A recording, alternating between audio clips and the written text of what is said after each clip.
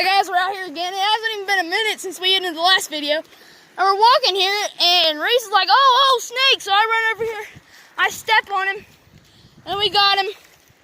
He's probably 2 feet. I'd say. He was a rowdy little sucker. He was biting at my boots. So. We gotta shoot him again. He can still. Hey, it's a good thing I didn't have my slides on. Here, just take him and get a rock and just smash his hand. But like, I turned around and I seen the snake and I was like, we want him to look good, so shoot him. We want it to be like. No, here, let me see it. Put him down. I'll just squish his head. Oh shit! I told you. Shoot him. We want it to look good. Yeah, shoot him then. Is it loaded? Yeah. You have to click it on safety. Here, let me shoot him then. Yeah, you shoot. Here, hold this phone and get it on there where you can see the kid. He's dead. Bullet right blew his eyes out, dude.